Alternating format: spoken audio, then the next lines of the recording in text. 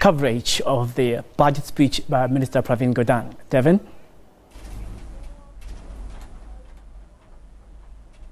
It's quite windy today. Once again, we're here at the Parliament precinct.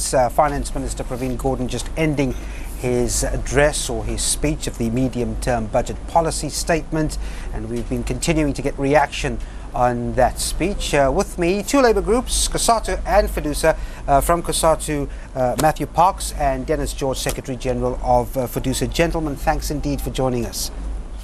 Matthew, let me start with you. Was this a Labour-friendly budget statement? Not really. We know government is under very difficult financial constraints, so we don't expect magic wands or miracles. But for us, it was a bit of a missed opportunity. There was a lack of a focus on job creation and economic stimulus, and that for us, that's the key issue. So for us, that's quite a big disappointment. It's not as bad as we feared, but again, job creation and economic stimulus is for us the most important issues. What's your remarks on this continuing narrative of cutting the wage bill? I mean, he said it again here, and he's been quite strict about that. So, look, we think it's a bit unfair to blame public servants for wanting to earn a living wage. The wage gap in the public service is quite high from what a teacher or nurse or police officer makes to what a politician makes. We understand you need to save costs in the public and are willing to engage around it, but such engagement should take place in the Public Service Bargaining Council. We're worried that if you freeze all posts, you might have a negative impact upon service delivery, especially in the health, in the police, in the university, in the schooling fields. There is space to cut the fat, but we don't think that should be shifted to nurses and teachers and so on. All right. Dennis, let me bring you in here. I mean, you've been on the, let's call it, campaign trail with the minister and CEOs as they lured investors and went on this rating agency show. Just looking at what you've heard from the investors when you were in New York and when you were in the UK, has the minister met some of those demands from them? Yeah, look, the first thing is the emphasis of the investors and rating agencies. They really welcome the fact that government, business and Labour, are committed to work together to deal with the structural reforms in the economy, because our economy has got a lot of collusion, it's got a lot of ways of keeping other people outside of the economy. And that's the reason why we from our side welcome the emphasis that the minister places on inclusiveness and inclusive economic growth, because inclusive economic growth means for us, very importantly, that we don't want to leave anybody in South Africa behind. And for us, I think this foundation, because this is a midterm review on what is going on. We also noticed that the minister have indicated that, for the 2017, we're looking at a higher growth rate of 1.7%. And also is focused that there is a platform, and that platform for us is NETLAC, where the social partners can engage deeper so that we can have more inclusive growth and job creation for the future. One interesting thing, Matthew, is this ownership now that Eskom takes on the nuclear initiative. How does COSATU see that move? Sure. Look, we're dead against nuclear energy. We think it's a waste of money. It's too expensive. The projection figures we have seen so far, which they keep very much under wraps, but what we've been told is about R1 trillion. Yep. And given we can't even manage the current budget deficit of 150 billion rand, where would it come with that kind of money? And for us, it's unnecessary. We've got renewable energy, which is very cheap. It's safe. It's easy to install. Government, in fact, has done fantastic work around renewable energy. We've seen 27,000 jobs being created in a very short space of time. Almost 200 billion rand worth of investments coming in. So for us, the future is renewable energy. You'll find other countries like Germany and so on are phasing out nuclear energy. So why would we want to go into old, dangerous, unaffordable technology? So for us, we're quite disappointed by that and quite worried about it. Then there was this other initiative. Well, you spoke quite extensively about the fact that he's supporting small businesses. We've seen Lindiwe Zulu, the small business minister, getting a sizable portion from this budget in terms of what the minister was offering. Surely, if you're going to empower a ministry like that, you can expect some jobs down the line. You should welcome that. Sure, we'd welcome anything which comes with jobs, but obviously it must be decent jobs. We don't want to see what we've seen over the past 2 decades of cheap labor or the casualization of jobs. Jobs must pay well, they must be decent, they must be secure with all the rights. but we would welcome any effort to create jobs. Dennis, so I see that the social grants will be stepped up by 10 Rand at the end of the month. It was interesting that he mentioned that. What do you make of it? Yeah, look, you must look also not only just at the amount that's going to increase, but to look at how many people benefit from this particular grant. And if we looked at about 13 million people in our country are benefiting from old age pension, from disability grants, from the child grant, and so it's quite broad. And many international institutions like the International Labour Organization, have complemented South Africa with this particular program to transfer wealth, from the fiscus to the poor households. But I want to emphasize what Matthew was saying, that we want to have a deeper discussion with government on job creation, because job creation is critical, because the more jobs you create, the more taxpayers you create, and then you also strengthen your fiscus. But I think that is something that we will do in NATLAC as soon as this particular announcements are now done. What is Labour's take on what he's contributed to the students wanting affordable and free education? Yeah, it's a generous amount, as other guests have said, putting forward 17 billion Rand for 2017. We're talking about families here that would be relieved. Matthew? Sure. Look, I think we must give government its due. It's done fantastic work since 2008 around providing more money for students at universities. It's a huge shift from about 3 billion Rand in 2008 to another 17 billion Rand. But of course, students have correctly raised a very huge challenge for them. Universities are simply unaffordable, and that means they can't get out of poverty. So we support the students' call. There must be free education for working class, for middle class families. Our main frustration is that we know government is in a difficult financial pressure. We didn't get a sense of how are we going to resolve long term the student crisis. And I think we're a bit frustrated and disappointed that we're allowing campuses to continue to burn. There's violence taking place. The year might be lost to some campuses. And we didn't get a sense of urgency from government to politically resolve the issue. But we do appreciate the extra money they pumped in, and that's to be welcomed and congratulated. Dennis, could he have done more on that front? Yeah, look, what we want to see happening in our education system, because remember, the minister placed an emphasis on the entire education system and not only focusing on post-school. And so what we are trying to say from our education system is that the quality has to improve.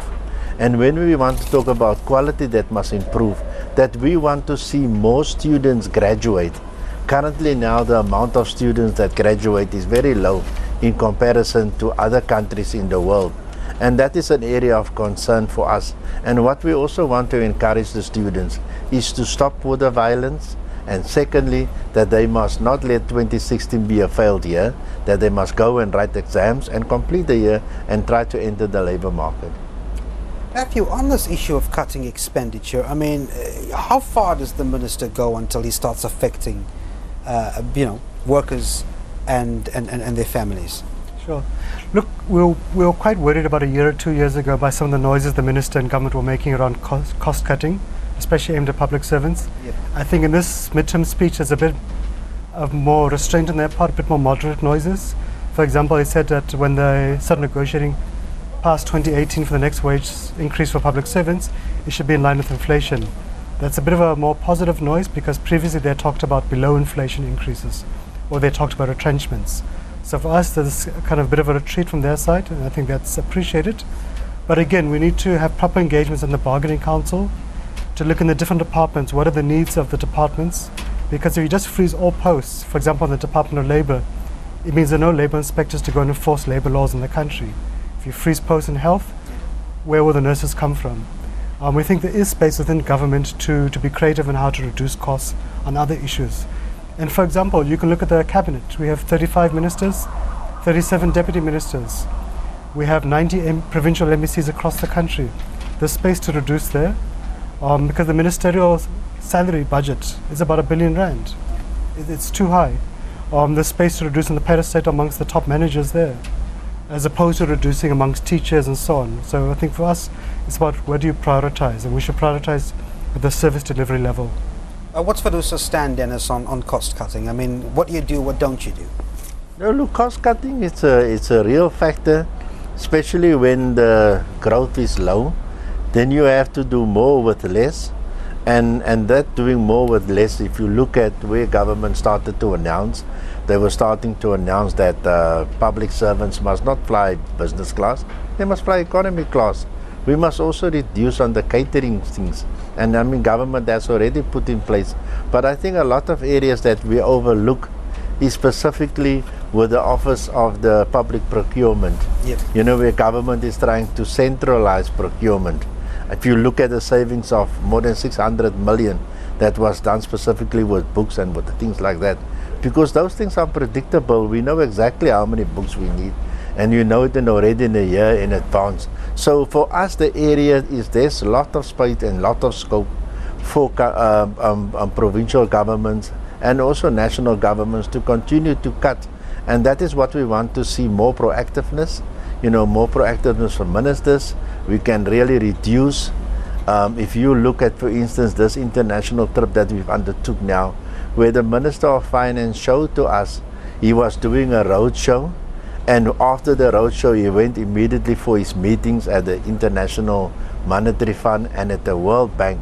So those are the kinds of things that we must do in an efficient way, that you must work smarter with less money.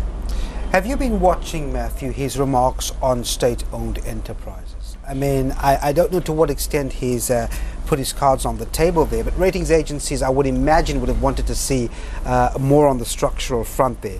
What's your take on what he said about the likes of Eskom and SAA?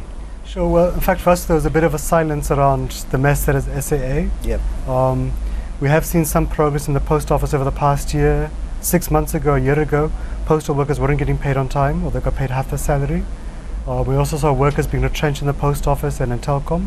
So there's been a bit of stabilization, but we want to see more action by government to stabilize it, especially at a management level, because most of the problems are management failures in essence, not the postal clerk's failures. I think we'd also want to see an end to retrenchments and an end to outsourcing. But at the end of the day, it also needs political leadership, and we seem to find in government there's a lack of cohesion on this issue. He did mention the issue of selling certain state assets. I think from our side we want to know, what does that mean in English? Yep. Is this meaning selling a piece of land, or does it mean privatizing? And if it's privatizing, we would oppose it, because privatizing leads to loss of jobs for workers.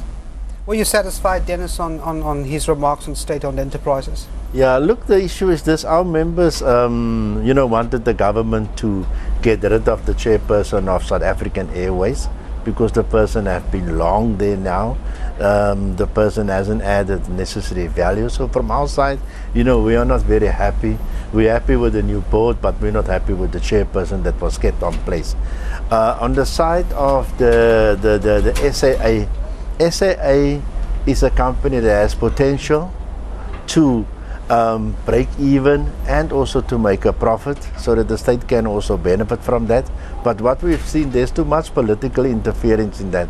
On the side with Eskom, Eskom has now really showed us, if you have real and good leadership in place, the load shedding is something from the past, and that rating agencies will welcome that.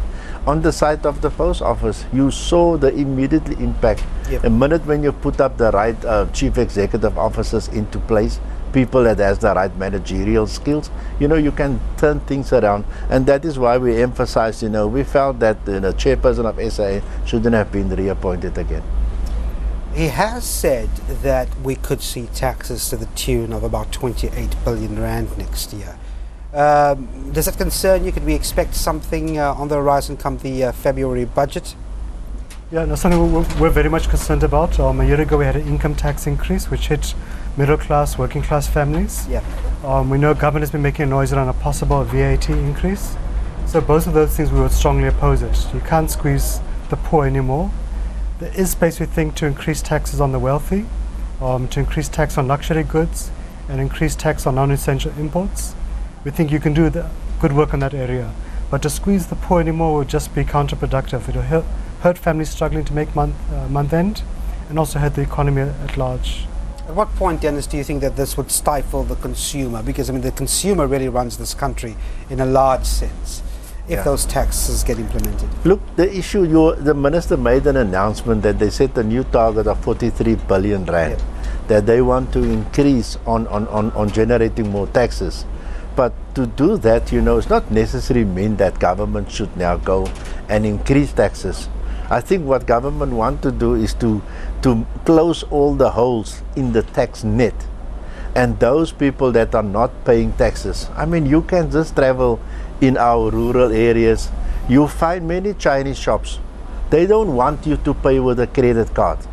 They just want cash. You see, if you look at many of these informal places, those nets must be closed. And what must also happen, we must be more proactive when we deal with people that is evading to pay taxes. Another area of concern is base erosion and profit shifting. You find companies are operating in South Africa, all their operations in South Africa, all their business in South Africa, but their head office with a fax machine is in some other place like Mauritius or in some tax haven. And that is where we lose a lot of money. And if you read between the lines, that was where the minister was focusing his attention on. So we want to see more tax enforcement. We want to make sure that those that don't pay tax must pay tax. Dennis George, Secretary General of FEDUSA, Matthew Parks from COSATU. Gentlemen, thanks very much indeed for chatting to us this afternoon. Thank you very much. And that's it. It's back to the Johannesburg studio from here at Parliament in Cape Town. All right, thank you very much, Devin. And as we continue with the coverage of the reaction to